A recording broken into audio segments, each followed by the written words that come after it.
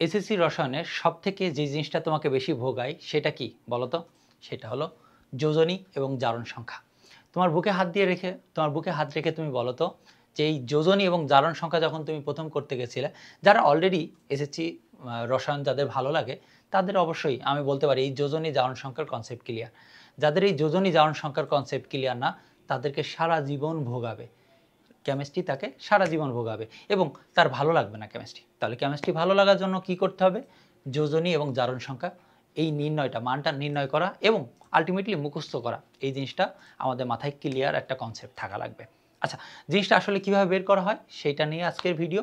আশা করি আজকের ভিডিও দেখার পরে তুমি যোজনী এবং জারণ সংখ্যা কীভাবে নির্ণয় করতে হয় সেটাও খুব ভালোভাবে বুঝতে পারবে এবং যেহেতু আমি অনেকবার প্র্যাকটিস করাবো, আস্তে আস্তে তোমার মানগুলো মুখস্থ হয়ে যাবে এবং কিছু কিছু মান তোমাকে আলটিমেটলি মুখস্থই করতে হবে, কারণ বারবার তুমি ইলেকট্রন বিন্যাস করে বারবার তুমি যোজনী নির্ণয় করতে চাইবেও না আশা করি। আচ্ছা, প্রথম কথা হলো যে যোজনী এবং জারণ সংখ্যা জিনিসটা কি? দুইটা একে অপরের পরিপূরক। তোমরা হয়তো বা পড়ে আসছো ছোটোবেলা থেকে, ছোটোবেলা বলতে কিছুদিন আগ থেকেই তোমরা পড়ছো যদি তুমি 9-এর হয়ে থাকো। আচ্ছা, তোমরা এটা পড়ছো যে যোজনী এবং জারণ সংখ্যার ভিতরে প্রধান যে পার্থক্যটা সেইটা হলো যোজনীর কোনো চিহ্ন নাই, জারণ সংখ্যার চিহ্ন আছে। প্লাস মাইনাস চিহ্ন হতে পারে কিন্তু যোজনীর কোনো চিহ্ন নাই। আচ্ছা, এটা কেন হয়? মানে তোমার মাথায় কি কনফিউশন জাগে নাই এই দুইটার ভিতরে কেন এইটা পার্থক্য আছে? আবার অনেক জায়গায় দেখি যে ধরো বললাম যে সোডিয়ামের যোজনী 1, কেন 1? ওয়াই? তারপরে সোডিয়ামের জারণ সংখ্যা নট 1, বলছি +1, ওয়াই? আবার ক্লোরিনের যোজনী আমরা বলি 1, কত বলি 1, জারণ সংখ্যা বলি আবার -1, ওয়াই? দুইটা যোজনী সেম কিন্তু জারণ সংখ্যা কেন আলাদা? এইটা নিয়ে আজকের ভিডিও। আজকে ভিডিওটা দেখো, আশা করি যোজনী জারণ সংখ্যা রিলেটেড সব কিছু ক্লিয়ার হয়ে যাবে এবং কেমিস্ট্রি তোমার জন্য হয়ে যাবে কি আনন্দদায়ক একটা কি বলা হয় সাবজেক্ট। রসায়নের রসটা নিতে শিখো। আচ্ছা, প্রথম যেটা হলো যোজনী এবং জারণ সংখ্যা। আমি একটু যোজনী থেকে আসি। প্রথমে আসি কি যোজনী।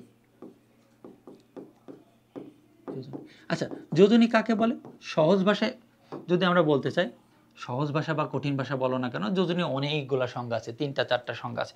তার ভিতরে আমার যেই সংখ্যাটা সব থেকে ভালো লাগে সেটা হলো যে কোনো একটা মৌল তার সর্বশেষ শক্তি স্তরে যত সংখ্যক ইলেকট্রন গ্রহণ, ত্যাগ অথবা শেয়ারের মাধ্যমে অষ্টক পূর্ণ করতে চায় অথবা 2-এর নীতি পূর্ণ করতে চায়, তাকে ওই মৌলের যোজনী বলে। তাহলে যোজনী কি? যত সংখ্যক ইলেকট্রন কোথায় হবে? সর্বশেষ শক্তি স্তরে। কি হবে? সর্বশেষ শক্তি স্তরে। শেষ শক্তি স্তরে। সর্বশেষ শক্তি স্তরের কোনো একটা মৌল তার সর্বশেষ শক্তি স্তরে কি বলছে? যত সংখ্যক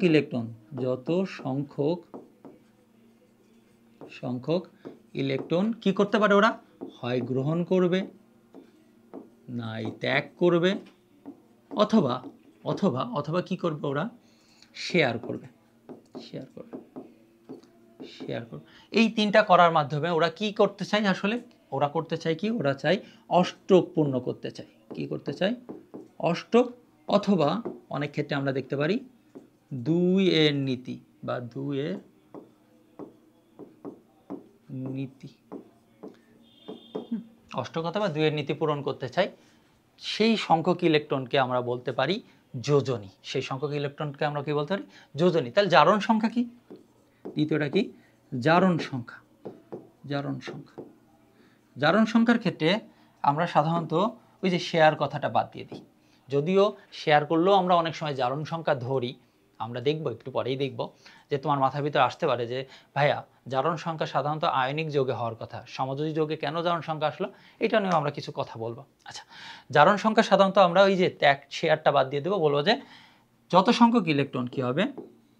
যত সংখ্যক ইলেকট্রন গ্রহণ বা ত্যাগ করে, গ্রহণ অথবা কি করে?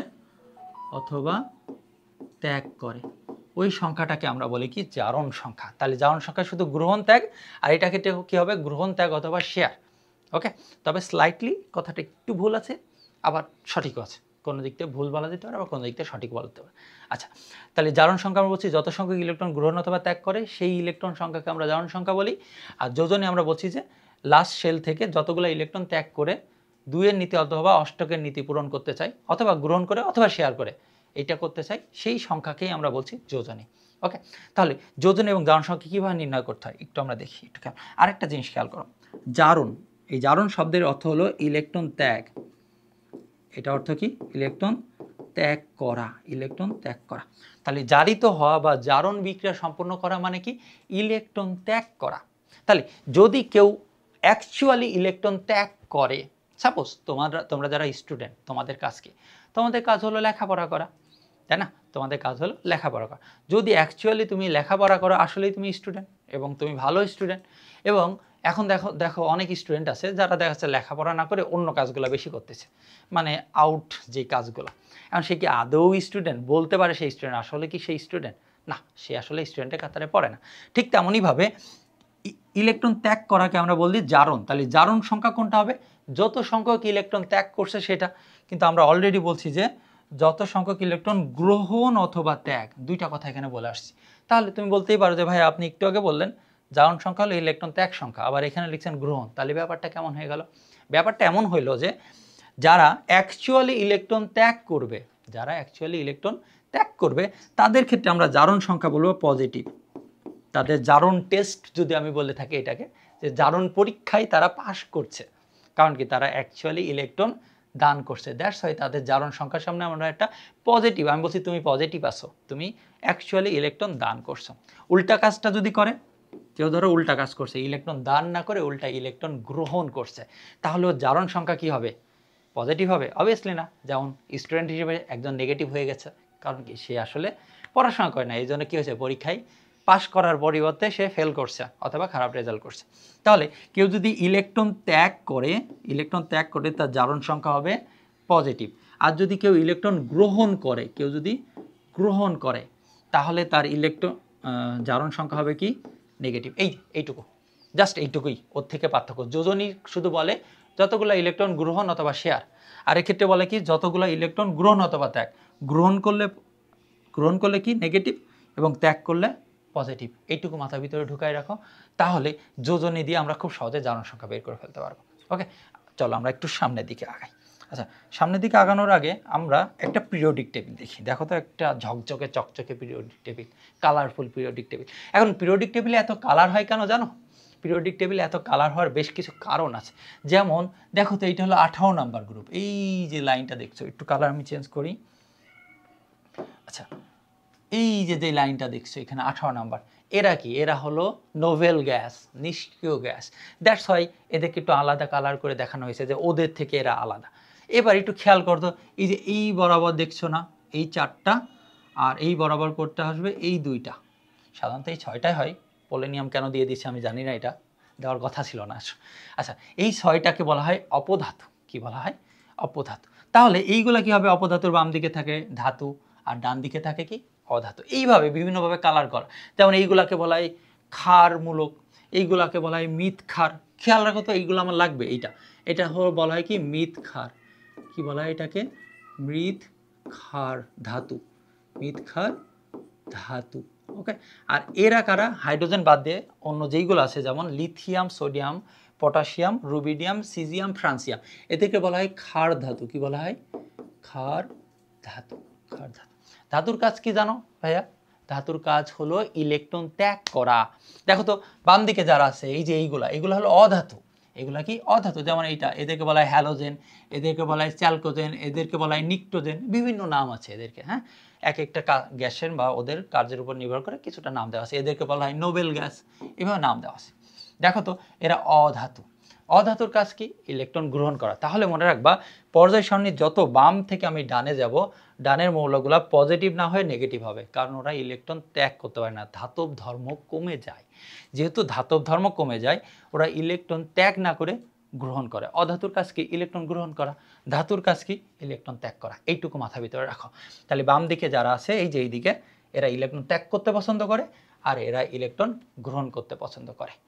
ওকে, চলো আমরা একটু সামনে দিকে যাই। আচ্ছা, যোজন এবং জারণ সংখ্যা নির্ণয়। চলো আমরা একটা লাইন করব, আশা করি সব কিছু তোমাদের মাথায় ক্লিয়ার হয়ে যাবে।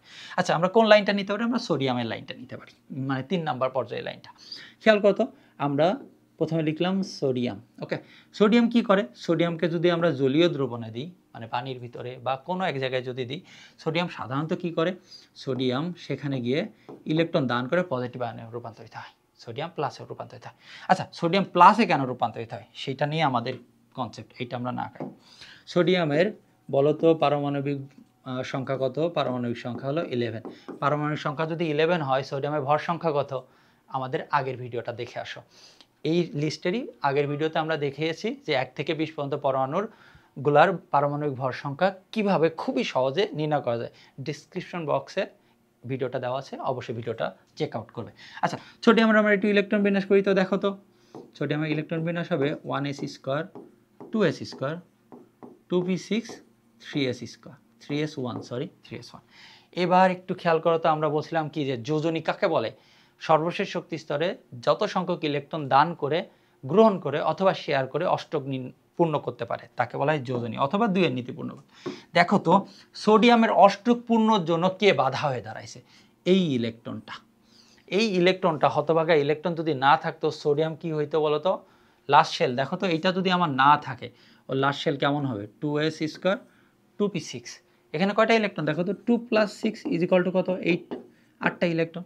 তাহলে সোডিয়াম কি করতে পারে? এই ইলেকট্রনটা ত্যাগ করে দিতে পারে। কি করতে পারে? এই ইলেকট্রনটা জাস্ট দান করে দিতে পারে। এই ইলেকট্রনটা যদি ও দান করে দেয়, তাহলে ওর অষ্টপূর্ণ হয়ে যাবে। কয়টা ইলেকট্রন দান করলো বলো তো সোডিয়াম? সোডিয়াম ইলেকট্রন দান করলো একটা। তাহলে সোডিয়ামের যোজনী কি হবে বলো তো? সোডিয়ামের যোজনী হবে 1। যোজনী কত? যোজনী 1। আচ্ছা, তাহলে জারণ সংখ্যা কত হবে সোডিয়ামের? ও দান করছে না গ্রহণ করছে বলো তো? ও দান করছে, দ্যাটস ওয়াই ও +1। That's why +1। এই যে কনসেপ্ট, যে সোডিয়ামের যোজনী 1, জারণ সংখ্যা +1 কেন? দান করছে। জারণ সংখ্যা +1 হওয়ার কারণ দান করছে। আচ্ছা, এইভাবে তুমি মনে রাখতে পারো সোডিয়াম হলো 1 নাম্বার গ্রুপের। কত নাম্বার গ্রুপ? 1 number group. মনে রাখবা 1 নাম্বার গ্রুপের সকল মৌলসমূহ +1 জারণ দেখায় আর 1 যোজনী দেখায়। তাহলে 1 নাম্বার গ্রুপ যারা আছে এদেরকে বলা হয় কি? ক্ষার ধাতু। কি বলা হয়? ক্ষার ধাতু। তাহলে ক্ষার ধাতুর যোজনী কত? ক্ষার ধাতুর যোজনী এই যে আমরা পড়ছিলাম, হিনাকে কি বলে? হেনাকে রুবি সাজাবে ফ্রান্সে। এইটা দিয়ে আমরা পড়তে পারি হেনাকে। দেখো তো, হাইড্রোজেন, লিথিয়াম, সোডিয়াম, রুবিডিয়াম সাজাবে ফ্রান্সে, ফ্রান্সিয়াম। এই যে এইগুলা, এরা সবগুলা যোজনী কত হবে? 1। জারণ সংখ্যা কত হবে? +1। হাইড্রোজেনও +1 দেখায়, তবে কিছু কিছু জায়গায় ওরা -1ও দেখাইতে পারে, সেটা নিয়ে আমরা পরবর্তীতে কথা বলবো। আচ্ছা, এটা গেল। তাহলে 1 নাম্বার যোজনী গেল, এবং আমরা বললাম কি যে যেগুলা ক্ষার ধাতু আছে, কি ধাতু? ক্ষার ধাতু আছে, অর্থাৎ 1 নাম্বার গ্রুপে যারা আছে তারা সবসময় যোজনী 1 দেখাবে, জারণ সংখ্যা +1 দেখাবে। আচ্ছা, সোডিয়ামের পরে কি আছে বলো তো? সোডিয়ামের পরে আছে ম্যাগনেসিয়াম।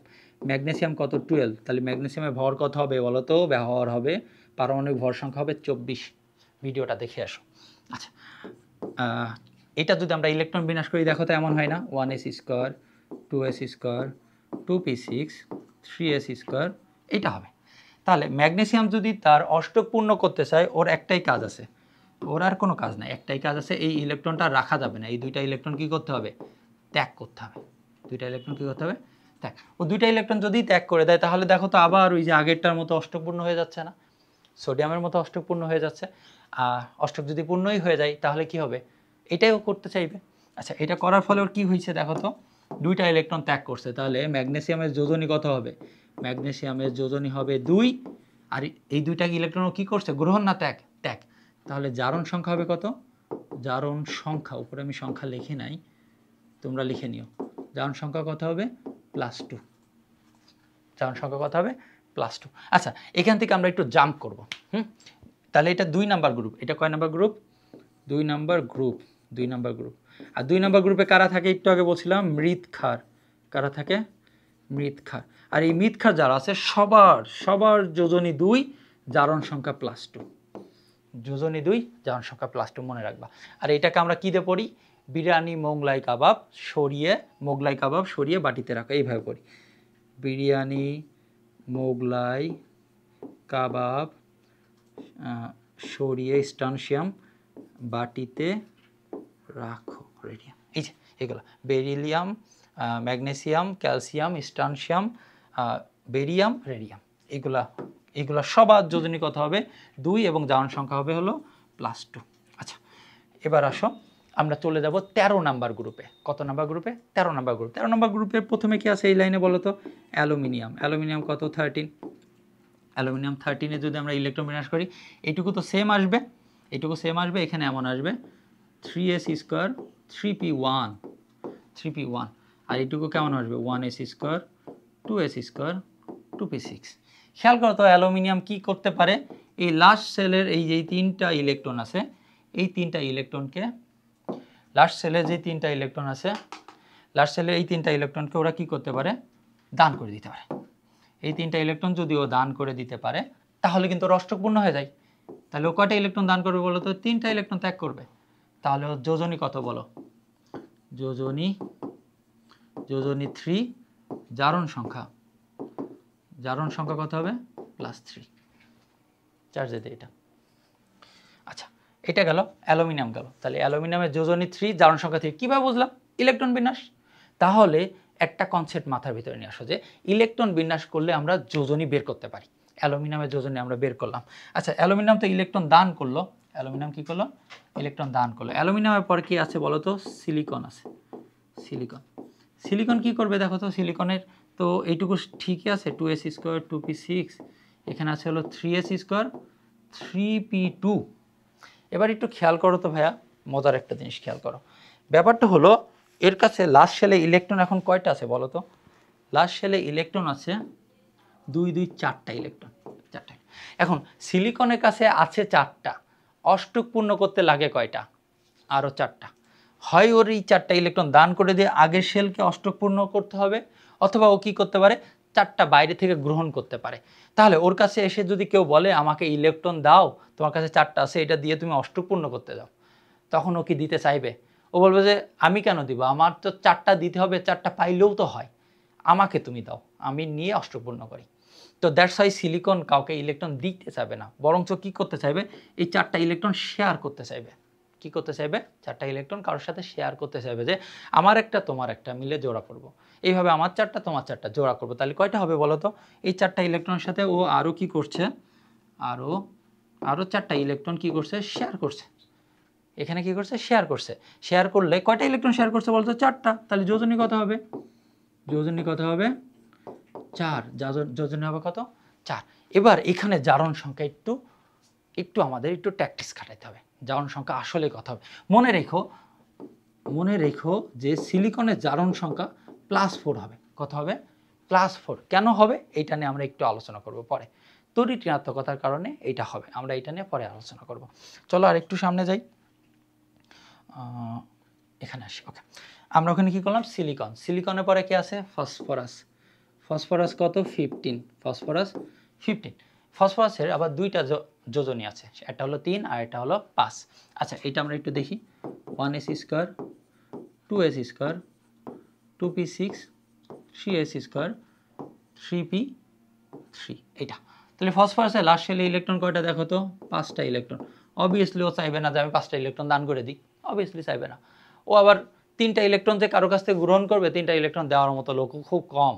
তো 3টা ইলেকট্রন তো দেওয়ার মতো লোকও খুঁজে পায় না। এই জন্য বলে যে আসো কারোর সাথে আমরা 3টা ইলেকট্রন কী করি? শেয়ার করি। তাহলে বাইরে থেকেও 3টা ইলেকট্রন কী করে? ওর কাছে নিয়ে আসে, 3টা ইলেকট্রন নিয়ে আসে, শেয়ার করায়।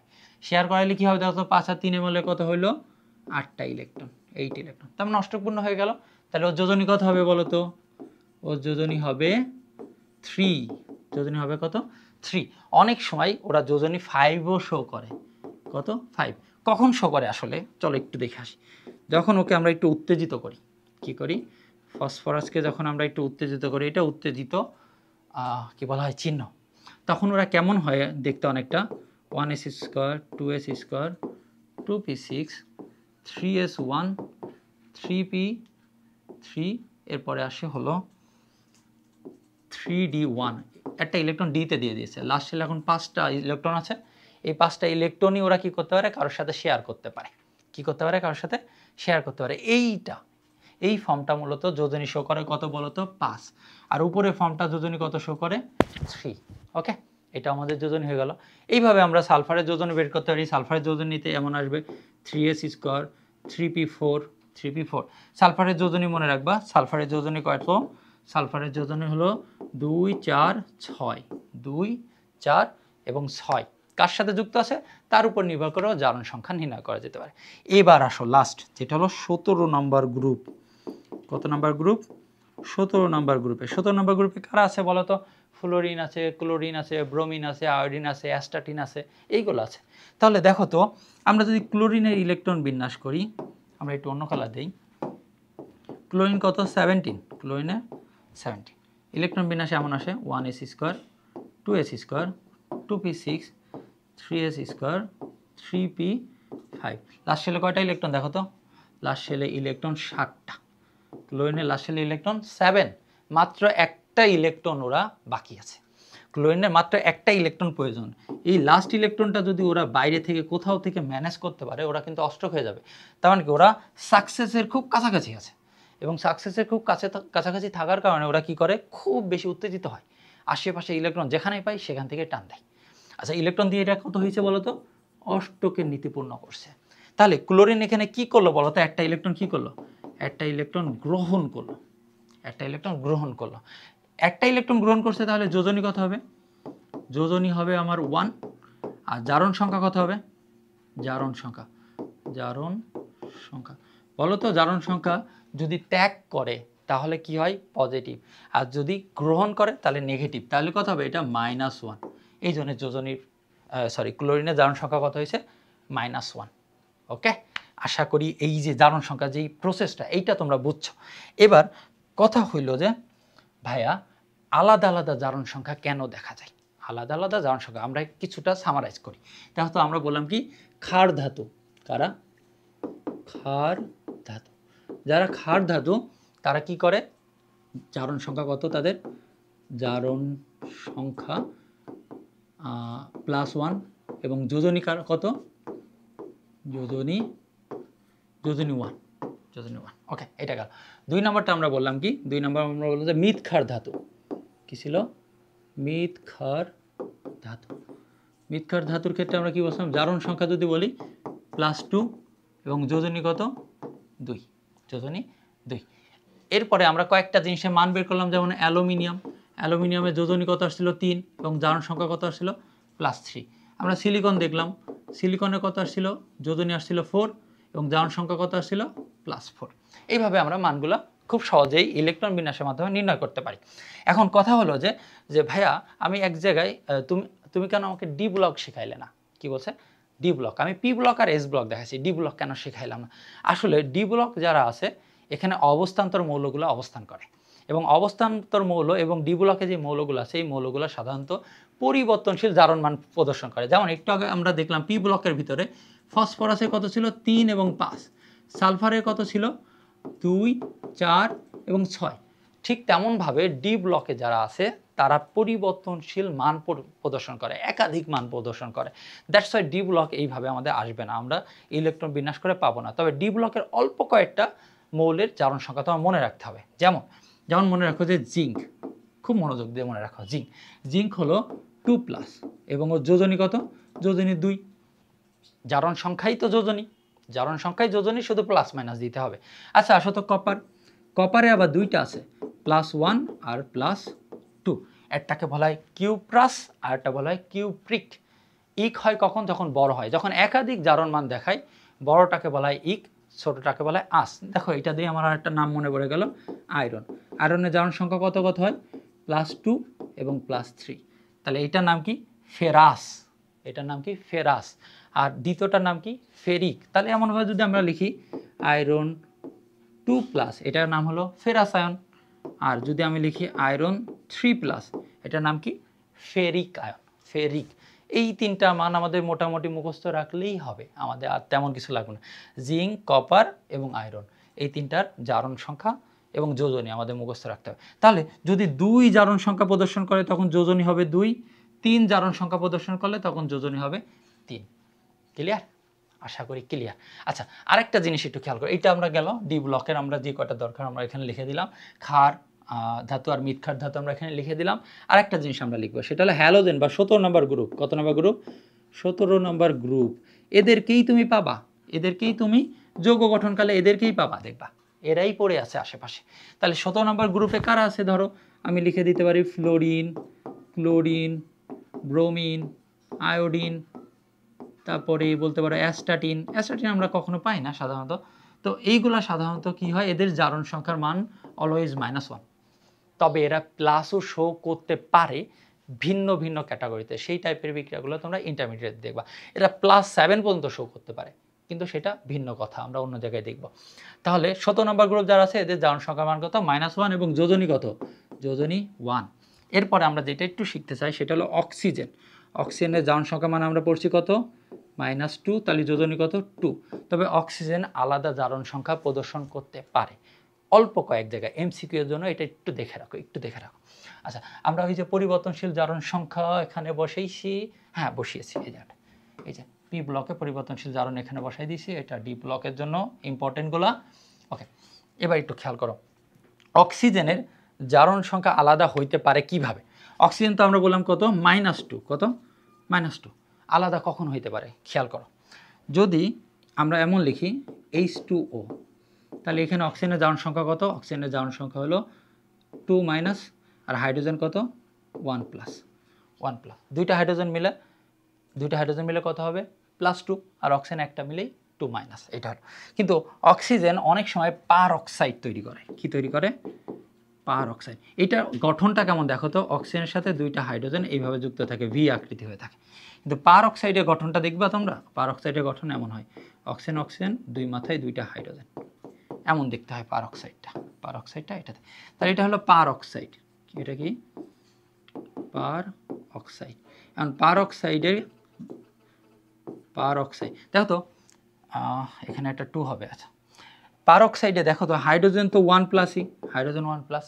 এখন হাইড্রোজেন যদি 1+ হয়, হাইড্রোজেন দুইটা মিলে কত হবে দেখো তো, এখানে অক্সিজেন ধরলাম আমরা x, তাহলে হাইড্রোজেন যদি 1+ হয় তাহলে 1+ গুণ 2 প্লাস ওইটাকে ধরলাম x, তাহলে 2x = 0। তাহলে এখান থেকে x এর মান কত হবে বলো তো? -1। তাহলে পার অক্সাইডে অক্সিজেনের জারণ সংখ্যা কত হবে? -1। কত হবে? -1। আর যদি বলে আরেকটা আছে সুপার অক্সাইড। কত আছে? Super oxide. মাঝে মাঝে অক্সিজেন কি করে, 1 নং গ্রুপে যেই মৌলগুলো আছে তাদের সাথে সুপার অক্সাইড তৈরি করতে পারে। কেমন হইতে পারে সেটা? হইতে পারে পটাশিয়াম সুপার অক্সাইড, এমন হতে পারে সোডিয়াম সুপার অক্সাইড। ওকে, এখানে অক্সিজেনের জারণ সংখ্যার মান আসে হলো -1/2। কত আসে? -1/2। তাহলে 2 রকম আছে, 3 রকম আছে। অক্সাইড, যদি অক্সাইড হয় তখন কত হবে? -2। পার অক্সাইড হলে কত হবে? পার অক্সাইডে -1। আর যদি বলি সুপার অক্সাইড, কি থাকবে? Super oxide. যদি সুপার অক্সাইড হয় তাহলে কত হবে? -1/2। আরেকটা জিনিস তোমাদেরকে একটু জানিয়ে রাখি, সেটা হলো একটা মৌল যদি নিরপেক্ষ অবস্থায় থাকে, মানে কারোর সাথে কোনো যৌগ গঠন করি নাই, তখন তার জারণ সংখ্যার মান হবে 0। যেমন মনে করো আমার কাছে আছে সোডিয়াম, শুধু সোডিয়াম। এ কি কারোর সাথে কোনো বিক্রিয়া করছে? কোনো ইলেকট্রন গ্রহণ করছে? কোনো ইলেকট্রন দান করছে? না। সো সোডিয়াম কি হবে? নিরপেক্ষ, এখানে কোনো জারণ সংখ্যা নাই। যদি বলি Cl2, কি আছে? Cl2, টোটালটা জারণ সংখ্যা মান কত হবে? 0। কেন 0 হবে? কারণ এইখানে দুইটা ক্লোরিন কি করছে, এখানে দেখো তো, একটা Cl আর একটা Cl এর সাথে একটা বন্ড করে রয়ে গেছে। তাহলে দুইটা ক্লোরিন এখানে একে অপরে বন্ড করছে এবং কেউ কাউকে ইলেকট্রন কি করে নাই। এখানে তুমি বলতে, জারণ সংখ্যা বলছি আমরা, নট যোজনী। এখানে কেউ কারোকে ইলেকট্রন দান করে নাই, শুধুমাত্র শেয়ার করছে। দ্যাটস ওয়াই এটাকে আমরা ধরি 0। আচ্ছা, ঠিক তেমনইভাবে আমরা তাহলে বলতে পারছি কি, যে যদি একটা যৌগ অথবা একটা মৌল স্বাভাবিক অবস্থায় থাকে, কারোর সাথে যৌগ গঠন না করে, যখন একটা মৌল কারোর সাথে যৌগ গঠন করবে না তখন তার জারণ সংখ্যা হবে 0। আর আদারওয়াইজ যখন যৌগ গঠন করবে, ক্ষার ধাতুর ক্ষেত্রে জারণ সংখ্যা +1, মৃৎক্ষার ধাতুর ক্ষেত্রে +2, গ্রুপ 17 ক্ষেত্রে -1, অক্সিজেনের ক্ষেত্রে -2। সাধারণত কিছু কিছু জায়গায় পার অক্সাইডে আমরা -1, সুপার অক্সাইডে -1/2। এখানে আমরা বললাম ডি ব্লকে পরিবর্তনশীল মান, তো আমাদেরকে 3টা মনে রাখতে হবে। সেই 3টা মান আমরা দিয়ে দিচ্ছি, জিঙ্ক, কপার এবং আয়রন। আর এখানে আমরা অ্যালুমিনিয়ামের মানটা মাঝে মাঝে আসে, অ্যালুমিনিয়ামের জন্য আমাদের দরকার হয়। সিলিকনের মানটা আমরা বসাই দিছি, ফসফরাস এবং সালফারের মানটা আমরা লাস্টে এখানে যুক্ত করে দিছি। আচ্ছা, একটা এক্সট্রা আমাদের ইনফরমেশন আমাদের একটু রাখতে হবে, সেটা হলো এক্সট্রা ইনফরমেশনটা কি রাখতে হবে একটু খেয়াল করো। মাঝে মাঝে যৌগমূলক আসতে পারে। কি আসতে পারে? যৌগমূলকগুলোর ক্ষেত্রে আমরা কীভাবে মান বের করতে পারি? খুবই সহজ। দেখো, মনে করো তোমার কাছে আছে সালফেট 2-, তাহলে এই উপরে যেইটা চার্জ আসছে না, এইটাই হলো যোজনী। তাহলে যোজনী কত? 2। জারণ সংখ্যা কত? -2। ওকে, যদি আমি বলি সালফাইড, কি আছে? সালফাইড 2-, তাহলে এইটাই কি হবে? যোজনী। যোজনী কত হবে? 2, আর জারণ সংখ্যা কত হবে?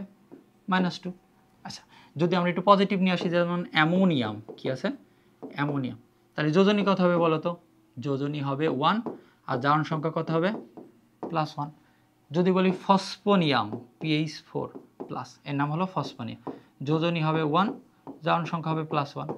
ওকে, এইভাবে যদি বলি আমরা নাইট্রেট আয়ন, কি বলি? নাইট্রেট -আয়ন, যোজনী কত হবে? 1, জারণ সংখ্যা হবে -1।